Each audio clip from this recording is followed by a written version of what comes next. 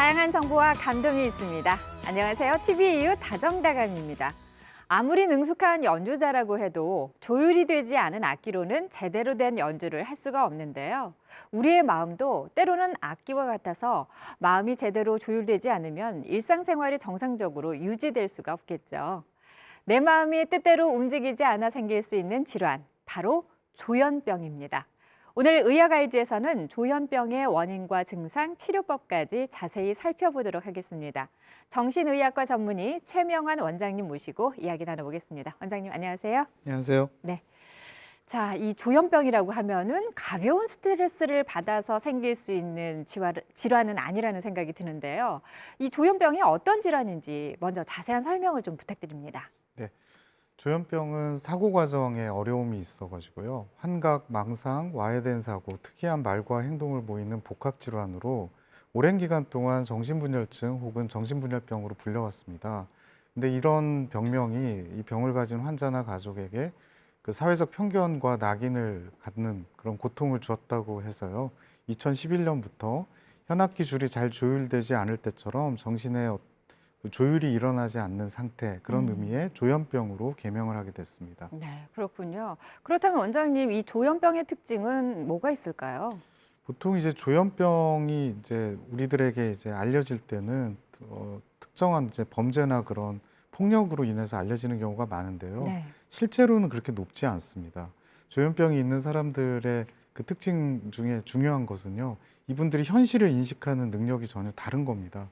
다른 사람들이 못 듣는 목소리를 듣고요, 누가 자기 생각을 읽고 있고 조종한다고 굳게 믿고 누군가 자신을 해치고 있다는 믿음을 갖게 되는 거죠. 이렇게 지각하는 것이 달라지니까, 왜곡되니까 두려움, 불안, 혼란을 느끼고요. 근데 문제는 주변 사람들은 전혀 이제 공감을 할 수 없거든요. 네. 그러니까 자기 혼자 억울하고 답답한 생각을 계속 갖게 되고요. 불안, 우울, 고립감, 그리고 분노를 느끼게 되죠. 네. 이런 증상이 나타난다면 주위에 있는 가족이나 주변 사람들이 바로 알아볼 수도 있을 것 같은데 조현병은 구체적으로 어떤 증상을 보이나요? 크게 이제 양성 증상과 음성 증상이라고 저희가 얘기를 네. 하거든요. 양성 증상이라고 하는 거는 보통 정상적인 정신 세계를 가지고 있는, 정신 활동을 하고 있는 분한테는 없어야 하는 게 나타나는 걸 말합니다. 이제 네. 환각, 황청, 망상, 와해된 사고, 초조감 등이 대표적인 증상이고요. 급성기에 잘 나타납니다. 네. 또 음성 증상이라고 우리가 부르는 게 있는데요. 정상적인 경우에 있어야 하는 기능이 없는 겁니다. 주로 만성화된 환자들에게서 나타나는데 동기, 자발성, 사회적 상호작용, 열정, 정서적인 반응이 잘 나타나지 않는 겁니다. 그래서 이 두 가지를 이제 복합해서 좀 생각해 보면요. 현실에 대해서 왜곡된 생각을 하게 되는 것이 망상입니다. 네. 예, 가장 초기에 이제 특징적으로 나오는 게 나만 알고 있는 건데 출근을 했더니 직원들이 다 얘기하고 있는 것 같은 느낌을 받는 거예요. 이게 환청의 형태로 들리는데요. 네. 가만히 있는데 직원들이 수군거리는데 그 내용이 귀에 들리는데 들어보니까 나만 알고 있는 내용이거든요. 오. 그러니까 누군가가 이제 자기에 대해서 얘기하고 있고 알고 있고, 그러니까 감시 카메라 혹은 이제 휴대폰에 앱을 깔았다고 얘기하시는 분들이 굉장히 네. 많습니다. 이게 영화 같은 걸 보면요, 셔터 아일랜드라는 영화가 그 증상을 아주 잘 보여주는 영화거든요. 네. 자기만의 세상이 이제 만들어지는 거죠. 이렇게 만들어지니까 환각이나 환청 이런 것들이 이제 망상을 만드는데 하나의 중요한 역할을 하게 되는 거거든요. 네. 다른 사람들한테는 전혀 안 들려요. 환자한테만 들립니다. 그러니까 이런 주로 이제 들리는 게 목소리인데요. 남들이 나에 대해서 욕하거나 알고 있거나 이런 것들을 얘기하죠. 그다음에 어떤 경우에는 몸에 뭐 벌레가 기어다니는 것 같은 느낌을 받기도 하고요. 전혀 이제 보이지 않는 것들이 보이기도 합니다. 어떤 분들은 이제 기계를 넣어놨다고, 외계인이 그런 네. 이제 그런 느낌을 갖는 거죠. 전혀 정상적인 상태에서 느낄 수 없는 감각을 느끼는 것입니다. 네. 말씀 들으니까 아주 심각한 증상이 나타나는데 그렇다면 이런 망상이나 혹은 환각 이런 양성 증상은 아무런 예고 없이 갑자기 하루아침에 나타나는 건지 아니면 점진적으로 나타나는 건지요? 예, 환자들 이야기를 들어보면요, 이게 이제 한 번에 확 나타나는 건 아니고 점진적으로 서서히 나타납니다. 이런 것들이 워낙 조심스럽게 나타나기도 하고 환자들이 조심스럽게 표현을 해요. 이게 자기도 이제 처음에 이상한 걸 느끼거든요. 네. 그렇다 보니까 이걸 이야기할 때는 환자는 상당 기간 그걸 경험을 한 거고요. 또 주변 사람들도 이게 너무 황당하고 또 하나는 이게 병일 거라는 생각을 하지 못하기 때문에 네. 인지하지를 못하시고 이게 병이라는 생각을 하지 못하시고 네. 적절한 치료 시기를 놓치는 경우가 굉장히 많습니다. 네. 저희가 이제 볼 때는 양성 증상이 갑자기 나타나고 그다음에 어떤 뭐라고 하죠? 생길 만한 요인이 있는 상황에서 생긴 경우는 훨씬 더 약도 잘 듣고 금방 치료가 되고요. 그렇군요. 서서히 나타나고 왜 생겼는지 잘 모르겠는, 그러니까 유발 요인이 없는 경우는 조금 더 치료가 잘 되지 않습니다. 그러면은 말씀하신 걸 얘기를 들어보면은 이게 빨리 치료를 받을수록 증상의 예후도 왠지 좋을 것 같다라는 생각이 드는데, 그러면 아까 말씀하신 양성 증상 외에도 음성 증상도 이제 저희가 좀 이야기를 들어봐야 될 것 같습니다. 저희가 이제 전공의 때 한 것 중에 하나가 여러 사람들 단체 사진을 놓고 네. 혹시 이 중에 조현병 환자처럼 보이는 분이 있냐 그런 걸 했었거든요. 네. 저희가 딱 찝는 분이 똑같아요. 왜냐하면 음성 증상이 오래되신 분들이 보이는 특징이 있습니다. 표정이 나타나질 않아요. 그러니까 감정이 점점 둔화돼 가지고 감정의 표현이 점점 무뎌지기 때문에 이분들이 마치 표정이 없고 감각이 없는 사람처럼 느껴지거든요. 일반적으로 그 다음에 나타나는 게 동작이 느려지고 경직된 자세가 나타나죠. 사실 이런 상태가 지속되다 보면 사회적인 현상들, 사회적인 관계들이 망가지고요. 개인 위생도 무너집니다. 그래서 잘 씻지도 않고 밖에 나가지도 않고 사람도 안 만나게 되죠. 그러다 보니까 나중에는 언어조차 점점 무너져요. 아까 와해된 사고라는 얘기를 드렸는데 이분들이 나중엔 자기만의 단어를 쓰고 네. 자기만의 언어 구조를 쓰기 때문에 나중엔 말도 잘 알아들을 수 없는 생각의 기본 틀까지 망가지는 그런 현상이 나타납니다. 네. 그러면은 음성 증상 같은 경우에도 어떻게 언제 나타나는지 알 수 있을까요? 음성 증상의 경우 처음부터 나타나는 경우는 그렇게 많지 않고요. 일반적으로 이제 많은 수의 환자분들이 양성 증상으로 시작했다가 오래되면서 점점 음성 증상으로 가는 거죠. 그러니까 말 그대로 양성은 플러스, 즉 새로운 게 나타나는 거고요. 음성 증상은 있던 게 없어지는 거거든요. 예전에는 조현병을 조기 치매라고 했었어요. 네. 그러니까 어린 나이에 발병해가지고 이 병이 치료되지 않고 쭉 진행되면은 마치 치매 환자처럼 점점 사회적 기능이 무너지는 거죠. 즉 초기에 양성 증상으로 시작해서 음성 증상이 점점 많아지면서 이제 사회적으로 점점 이제 단조로운 삶을 살게 되는 겁니다. 네. 자, 그러면은요, 이 조현병의 양성 증상과 음성 증상까지 저희가 살펴봤는데 가장 궁금한 게, 그러면 원장님, 이 조현병이 생기는 원인이 무엇일까? 이 궁금증이 생기거든요. 네, 이 원인에 대해서 굉장히 사실 환자분, 가족분들 궁금해하시고 저희도 이렇게 딱 한마디로 설명을 드리고 싶은데 그렇게 쉽게 되지가 않아요. 네. 굉장히 다양한 원인들이 있는데요. 그래도 뇌과학의 발달로 굉장히 많은 부분이 밝혀졌습니다. 신경 전달 물질 중에 도파민이란 신경 전달 물질의 불균형이 제일 먼저 주목을 받았고요. 뇌에서 어떤 정보가 이렇게 전달이 되려면 중간에 화학 물질이 개입해가지고 얘가 중간에 전달자 역할을 하거든요. 네. 근데 이 도파민과 세로토닌이라는 물질이 굉장히 중요한 역할을 하는데 이 두 가지 물질의 밸런스가 깨진다고 생각하시면 돼요. 주로 도파민의 레벨도 올라가고 네. 세로토닌의 농도도 떨어지고 그런 것들이 함께 일어난다고 보고 있습니다. 네. 근데 저희가 이제 그렇다면 이런 뇌의 변화가 왜 생기느냐 이거를 설명을 하면 좋겠는데요. 저희가 이제 이 병에 대해서 설명을 할 때는 스트레스 특이 체질 모델이라는 걸 이용해서 설명하거든요. 네. 단 하나의 원인이 있는 게 아니라 유전적인 약한 체질을 가지고 있는 사람이 스트레스에 만나게 되고 네. 그리고 주변 환경에 영향을 받아서 생기는 것으로 그렇게 이해를 하고 있습니다. 그러니까 어느 세 개 중에 어느 하나가 절대적이라고 볼 수는 없고요. 네. 세 개가 조화를 이뤄가지고 함께 작용할 때 병이 생긴다고 볼 수 있겠습니다. 네. 이 조현병이 뇌의 신경 전달 물질 이상과 함께 여러 복합적인 이유로 발병을 한다라고 볼 수가 있는데, 그러면은 말씀하신 것 중에 하나, 이 조현병이 유전으로도 생길 가능성이 그럼 많은 건가요? 유전적 소인이 있다라고 얘기를 할 때 많은 분들이 이제 오해하시는 게 그게 마치 네. 멘델의 유전 법칙처럼 저 우성 열성이 네. 나뉘고 25% 12.5%딱 떨어지는 것처럼 생각하시거든요. 그렇게 되는 건 아니고요. 보통 이제 저희가 유전적인 요인을 찾기 위해서 가족력을 조사를 해보면 부모 중에 한 분이 조현병인 경우의 자녀는 13%, 또 양쪽 부모가 조현병인 경우에 40%고요.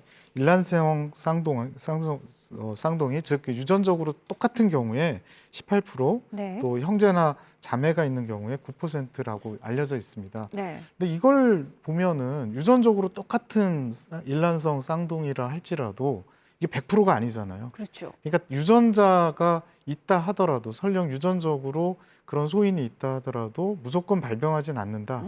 예, 환경이라든가 개인의 기질적인 특성이 네. 발휘되는 것에 따라서 다르다. 이렇게 볼 수 있겠습니다. 네, 알겠습니다.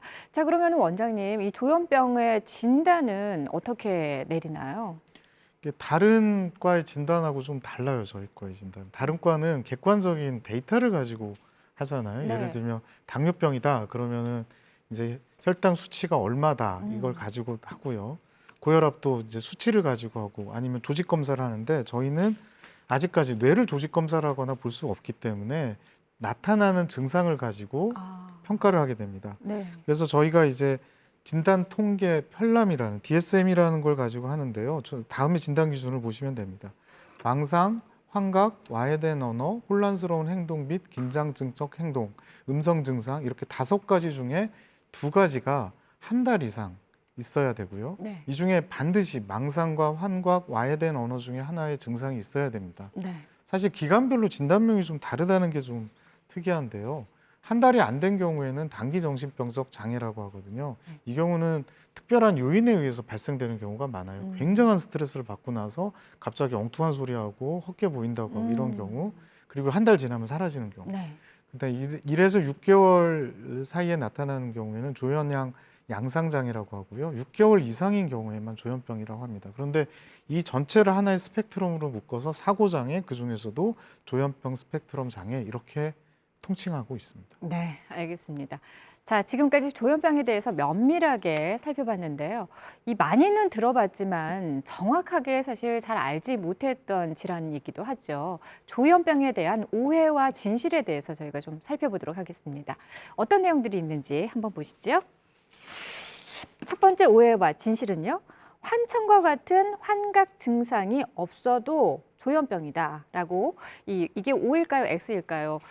라고 궁금증을 이제 나타내셨는데 아까 말씀하신 그 DMS 거기 DSM, 예. DSM 거기 보면은 분명히 있어야 된다고 하셨거든요. 아. O일까요, X일까요? 요거는 네, O입니다. O라고요. 네네. 예. 환청, 환각 플러스 망상 중에 한 가지입니다. 아, 그러니까 환청과 환각이 없는 망상도 있거든요. 아. DSM-5, 즉 그 미국 정신질환의 진단 및 통계 편람 5판에 따르면 망상, 환각, 와해된 언어, 혼란스러운 행동 및 긴장증적 행동 이렇게 음성 증상 5가지인데요. 네. 이 중에서 망상, 환각, 와해된 언어 중에 1개가 반드시 있어야 되거든요. 아, 그러니까 환청과 환각이 없어도 망상이 있으면서 혼란스러운 행동, 긴장증적 행동이 있으면 조현병이라고 할 수 있는 거죠. 네.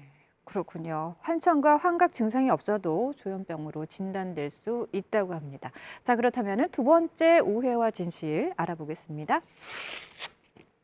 조현병과 망상 장애는 같은 질환이다.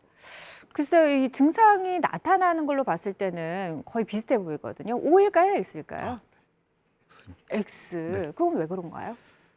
이게 많이 오해를 하시는데요. 망상 질환의 가장 특징적인 게 그 의처증입니다. 네. 근데 의처증의 경우를 보면 이분들이 특정 영역, 즉 배우자의 그 외도에 대한 의심은 굉장히 심하고 그 네. 부분에 있어서 현실적인 판단은 사라졌지만 다른 영역은 굉장히 정상적이거든요. 네. 사회생활 다 하고 적절하게 생활하지만 음. 그 배우자에 대해서만 굉장히 의심하고 괴롭히고 그런 경우가 있거든요. 네. 근데 조현병은 그것과 다르게 전체적인 세계를 보는 시각, 그 다음에 세상에 대한 대처법 이런 모든 부분이 변하게 됩니다. 아. 그래서 쉽게 말하면 망상장애를 가지신 분들은 특정 영역에 있어서의 문제만 있고 그 영역을 벗어난 영역에서는 정상적인 사회생활이 가능하다면 네. 조현병이 생기면 증상으로 인해서 일상생활과 사회생활이 불가능해지는 겁니다. 네. 그렇게 말씀하시니까요. 훨씬 더 이해가 하기 쉽네요. 자, 망상 증상이라고는 했지만 조현병의 망상과는 확실하게 차이가 있다는 점 기억해 두시고요. 자, 그 또 다른 감별법에는 또 어떤 것들이 있는지 사실 궁금한데요. 굉장히 중요하게 네. 저희가 봐야 되는 게 일시적으로 생기는 그런 조현병적 증상들이 굉장히 많거든요. 네. 대표적인 게 펜터민이라는 다이어트 약제 먹고 장기간 복용하고 나서 환각 생기시는 분들 굉장히 많고요. 그다음에 알코올 중독이나 마약 중독 이런 것들 인해서도 많이 생깁니다. 특히 이제 이런 경우는 대개 마약이나 알코올을 했을 때 생기기보다는 금단 증상이 있을 때 환각이 보이고 이게 환촉이라고 하죠. 주로 뭔가 기어다니는 것 같은 느낌 그런 걸 많이 봤거든요. 네. 그러니까 이런 분들은 되게 이제 저희가 볼 때 어떤 약물을 했는지 술을 얼마나 드셨는지 그런 그 환자의 개인력을 살펴보면 알 수 있게 되죠. 그다음에 치매가 있습니다. 치매 초기에 굉장히 많은 그 분들이 저희 과로 많이 오시는데요. 그 이유는 누군가 도둑이 왔다 갔다, 누가 훔쳐갔다 이런 얘기를 하시거든요. 왜냐하면 기억이 없어진 부분을 망상으로 메꾸는 거예요. 제가 본인이 분명히 뭔가를 했는데 기억이 안 나잖아요. 그런데 치매 초기에는 내가 기억하지 못해 이걸 모르시기 때문에 무언가 이상한 일이 일어났다. 누가 집에 왔다 간 것 같다. 물건의 위치를 바꿔놓은 것 같다. 이렇게 말씀하십니다. 그래서 연세가 많으신 분들이 갑자기 망상이 생긴 것 같다. 엉뚱한 이야기를 한다. 그럴 때는 반드시 치매를 생각해 봐야 됩니다. 네, 알겠습니다. 망상 증상을 가진 다양한 질환까지 설명을 해주셨어요. 자, 그렇다면은 세 번째 오해와 진실 알아보도록 하겠습니다. 조현병은 완치할 수 없다. 네. 어떻게 이게 완치가 가능할까요? 네, 이거 네. 답은 세모입니다. 세모. 네, 네. 이거는 딱 중간에 이렇게 놔야 될 것 같아요. 이렇게 말씀하시는 이유가 있다면요? 이거 완치를 뭐로 봐야 되느냐에 따라서 달라지기 때문이에요. 네. 완치를 완전히 약도 먹지 않고 병이 생기기 전 단계로 가는 걸 완치다라고 한다면 완치되기가 굉장히 어려운 병이지만 네. 사회생활이 가능하고 본인의 능력을 발휘하고 다른 사람들과 어울려 사는데 전혀 문제가 생기지 않는 걸 완치다라고 한다면 사실 굉장히 많은 분들이 완치가 됩니다. 그렇군요. 실제로 3분의 1은 병이 생겼지만 치료하시면서 그냥 딱 한 번 그런 걸 겪기도 하고 치료하면서 나아지기도 하고요. 3분의 1의 환자분들은 좋아지긴 하지만 일정 부분의 위험성은 갖고 살면서 항상 관리해 줘야 되고요. 네. 나머지 3분의 1은 사실 잘 조절이 안 돼서 네. 계속 병원에 오랜 기간 입원해 있거나 네. 그룹홈 같은 곳에서 지내야 되는 그런 경우도 있습니다. 그러나 앞에 말씀드린 것처럼 3분의 2 정도의 환자분들은 뭐 일시적으로 한 번 있다가 사라지는 분들도 계시고요. 또 굉장히 중요한 게 주치의하고의 관계거든요. 네. 주치의하고 좋은 관계를 맺고 주치의를 믿어가면서 이게 인식이 바뀌는 병이잖아요. 네. 자기 주변의 상황이 바뀌었다고 여기는 거기 때문에 나한텐 진실인데 타인들은 이게 병이다라고 하는 거예요. 그래서 이걸 치료하는 사람과의 관계가 굉장히 중요하고 치료자를 믿었을 때는 네. 내가 비록 믿기진 않지만 당신 믿어서 약을 먹어볼게요. 이게 가능하거든요. 네. 그래서 이 조현병이 생겼을 때는 처음부터 믿을 만한 주치의, 믿을 만한 의사를 찾아가서 꾸준히 관계를 맺으면서 계속해서 치료를 하는 게 굉장히 중요합니다. 이따가도 말씀드리겠지만 가장 중요한 것 중에 하나가 재발을 막는 거거든요. 네. 악화를 막는 건데 악화의 가장 큰 원인이 약물을 중단하는 거예요. 안타깝게 그 진주에서 있었던 사건의 경우도 이분이 치료를 받는 기간 동안에는 그래도 괜찮았어요. 근데 이분의 주치의가 다른 곳으로 이사를 갔습니다. 네. 그러면서 다른 의사랑 관계가 맺어지지가 않은 거예요. 이분이 그래도 한 그러셨군요. 8개월을 병원을 다니셨어요. 네. 8개월 다니다가 끝난 거죠. 약을 안 먹으면서 망상이 점점 심해져서 결국 망상으로 인한 끔찍한 사건이 일어났죠. 재발하지 않게 막는 게 굉장히 중요하고 재발을 막는 중요한 요인 중에 하나가 믿을 만한 치료자하고 지속적인 관계를 맺으면서 가는 거라고 볼 수 있겠습니다. 네. 조현병에 대한 오해와 진실까지 알아봤습니다. 자, 그렇다면은 조현병의 치료 방법은 어떤 것이 있는지 궁금한데요. 가장 중요한 치료 방법은 약물 치료입니다. 네. 아까 말씀드렸지만 이게 왜 이런 문제가 생기는 것까지는 모르지만 그 과정은 밝혀진 거거든요. 네. 그 과정은 신경 전달 물질의 분비의 문제인데 네. 그 중에서도 도파민의 과다는 분명합니다. 그래서 이런 도파민의 과다와 세로토닌과의 밸런스가 깨진 걸 잡아주는 약물을 반드시 드셔야 됩니다. 네. 이게 이제 외부에서 먹어가지고 대신에 할 수가 없고요. 약물을 통해 가지고 가능하거든요. 약물이 뇌에서 신경전달 물질의 분비를 촉진하거나 그렇게 한다기보다는 기존에 있는 신경전달 물질의 작용을 조절하게 있습니다. 그래서 흡수를 차단하거나 혹은 시냅스라고 하는 그 신경전달 물질이 존재하는 곳에서 농도가 올라가게 하는, 재흡수를 억제해서 농도가 올라가게 하는 역할을 하는 거거든요. 네. 이 약물 치료를 하게 되면 일단 차분해지고 잠을 자게 되고 그러면서 망상이 줄어듭니다. 그래서 조현병의 증상을 효과적으로 줄일 수 있고요. 재발을 예방할 수 있기 때문에 네. 꾸준히 약을 드시고, 또 아무리 약이 좋아도 약이 불편하면 못 드시잖아요. 네. 계속 주치의랑 이야기하면서 부작용을 조절해 가지고 네. 꾸준히 약을 먹는데 불편하지 않게 맞춰주는 게 중요합니다. 네. 근데 많은 분들이 이제 약을 드시면서 이것으로 인한 여러 부작용이 생기지 않을까 하는 마음 때문에 그러니까 아까 말씀하신 대로 임의적으로 끊는 경우도 있는데, 그럼에도 불구하고 이렇게 꾸준히 약물 치료를 해야 하는 이유가 있다면 뭐가 있을까요? 약물 치료를 하지 않고 나면 대략 한 달에서 두 달까지는 재발을 안 하는 경우들이 많아요. 네. 그리고 일단 약으로 인한 부작용들이 사라지니까 굉장히 개운하고 좋아지거든요. 네. 그러나 원래 존재했던 신경전달 물질의 밸런스가 깨져 있는 문제는 그대로 있기 때문에 네. 결국 다시 망상이나 이런 것들이 생깁니다. 음. 제가 이제 항상 환자나 가족분들하고 이야기하는 게요. 약이 중독을 일으키는 게 아닙니다. 그리고 이런 것들이 마음을 바꾸는 게 아니고 가치관을 바꾸지 않아요. 원래 있던 대로 그분이 가지고 있던 능력이나 정신세계를 더 건강하게 유지할 수 있게 도와드리는 거지, 네. 사람의 생각을 구속시키거나 졸리게 만들거나 멍하게 만드는 게 아니거든요. 이런 건 부작용으로 일시적으로 나오는 거고요. 네. 그런 것들에 대해서 불편해서 너무 힘들어요 라고 말씀해 주시면 얼마든지 바꿀 수 있습니다. 약물을 써서 가장 좋은 건요, 이 증상으로 인해서 사회생활을 못할 수밖에 없는 그런 위기 상황에 있던 분들이 사회생활을 유지해 나갈 수 있다는 겁니다. 네. 외부 세계와 단절이 되면 될수록 이 병은 점점 나빠지거든요. 네. 왜냐하면 자기만의 생각에 빠져들잖아요. 그렇죠. 안 그래도 자기만의 생각에 빠지면서 그로 인해서 굉장히 여러 가지 문제가 생기는데 사회생활이 끊어지게 되면 더 심각하게 되는 거죠. 그래서 저희가 약을 쓸 때 이제 분명히 말씀드린 건, 약물이 중독을 일으키는 것도 아니고 사람을 바보로 만드는 것도 아니고 병을 고치고 재발을 막고 사회활동을 가능하게 해서 사회적으로나 또 개인적으로 심리적으로 안정된 상태를 유지할 수 있게 하는 거죠. 즉 외부와 관계를 맺고 살아갈 수 있게 하는 겁니다. 증상이 있는 상태에서는 한마디도 할 수 없었던 분이 약을 드시고 안정이 되면 대화가 되는 경우들이 굉장히 많아요. 그럼 그것만으로도 이제 환자분의 삶이 굉장히 달라졌다고 볼 수 그렇죠. 있죠. 네. 약물 치료를 적극적으로 받는 것이 도움이 될 수 있다는 말씀이었고요. 그렇다면은 약물 치료 말고도 또 다른 치료 방법이 있을까요? 네, 약물 치료 조금만 덧붙여서 말씀드리면 요즘에는 먹지 않고 네. 한 달에 한 번 혹은 석 달에 한 번 주사만 맞아도 되는 그런 주사제도 나와 있습니다. 그렇군요. 사실 굉장히 편하게 관리를 하실 수 있죠. 네. 근데 약물 치료 이외에 이제 말씀을 드리자면 재활 치료 또 정신 치료를 함께 병행하는 걸 추천합니다. 네. 정신과에서 보통 이제 저희가 하는 상담을 여러 가지로 나누지만 특히 이제 이런 지지적 정신 치료라고 하는 기법을 써야 되는데요. 환자분들은 고립돼서 살기 때문에 자기들의 문제를 자기만의 방식으로 이렇게 해결을 해오거든요.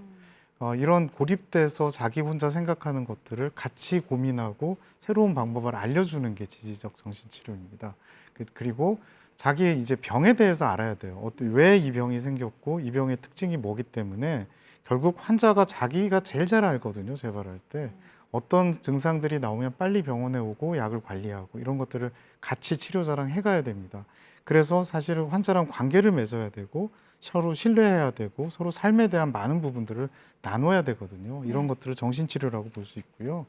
그다음에 집단치료도 하고 있습니다. 집단치료의 경우는 이 병을 가지신 분들을 이제 같이 모아가지고요. 이분들이 공통적으로 가지고 있는 어려움들을 같이 해결할 수 있게 도와주는 역할을 하고 있습니다. 네.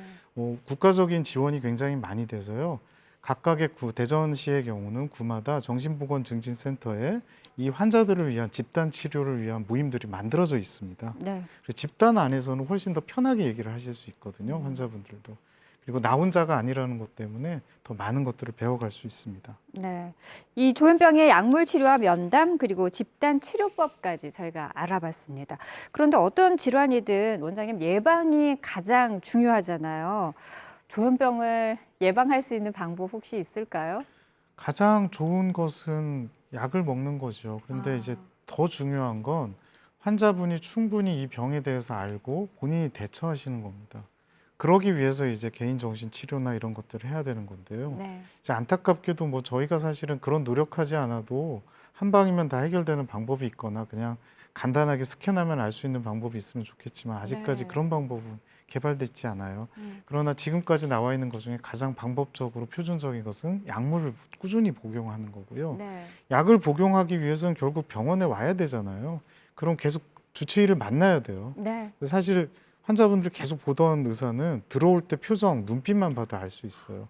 상태 안 좋은데? 네. 요새 예민해졌네? 네. 그리고 목소리 톤도 다르고요. 아. 어떻게 지내셨어요? 할 때 굉장히 날카롭게 탁 반응이 나온다. 안 좋아졌네? 하고 바로 질문을 할 수 있거든요. 그러니까 꾸준히 약물을 드시는 게 가장 좋은 겁니다. 네. 두 번째는 이런 것들을 하기 위해서는 결과적으로 가족들이 충분히 잘 알고 계셔야 돼요. 가족의 도움도 굉장히 필요하고요. 또 환자분들의 입장에서 본다면 스트레스 관리가 굉장히 중요하잖아요. 모든 분들이 다 마찬가지지만 스트레스 관리에는 운동이 굉장히 좋아요. 규칙적인 운동을 하고 자기를 좋아하는 사람들하고 사회적 관계를 유지하고 만남을 통해서 그 만남 안에서 위로를 받고 공감을 받는 것, 이런 것들이 굉장히 중요합니다. 네. 그리고 아까 말씀드렸지만 약물을 꾸준히 드시고 자기가 다니는 병원을 정해놓는다는 거, 그래서 정신건강학과에 단골이 되셔야 돼요. 네. 어떻게 보면은 이 약물 중독으로 인해서 많은 분들이 고민을 하시는데 그런 부분은 걱정 안 하셔도 될 것 같고, 무엇보다 마지막으로 하신 말씀 중에 다니시는 병원 그리고 의사 선생님과 함께 관계를 잘 유지하시고 단골이 되셔야 한다는 말씀 아주 친숙하게 느껴집니다. 자, 마지막으로 조현병, 우리가 이것만큼은 꼭 기억하자 하는 게 있다면 뭐가 있을까요, 원장님? 조현병이 사실은 잘 알려지지 않고 안 보이는 것 같지만 전체 인구의 1%나 됩니다. 많네요. 1%면 적지 않은 네. 거죠. 꽤 많은 분들이 이 병으로 고통받고 계시다는 네. 거죠. 저는 더 많은 분들이 이 병에 대해서 아시고 조기에 개입하고 조기에 치료해서 네. 더 큰 그 괴로움이나 사회적인 어려움 없이 네. 잘 극복하고 살아갈 수 있게 됐으면 좋겠습니다. 네. 자, 오늘 조현병에 대해서 자세히 알아봤습니다. 좋은 말씀해 주신 최명은 원장님, 오늘 고맙습니다. 맞습니다. 자, 다음 주 이 시간 의학 알지에서는요, 공황장애에 대해서 알아보는 시간 갖도록 하겠습니다. 궁금하신 점은 저희 다정다감 홈페이지 게시판에 올려주시거나 또 아래 번호로 연락 주시면 저희가 자세히 답변해 드리도록 하겠습니다. 오늘 저희가 준비한 소식은 여기까지입니다. 편안한 저녁 시간 보내시기 바랍니다. 고맙습니다.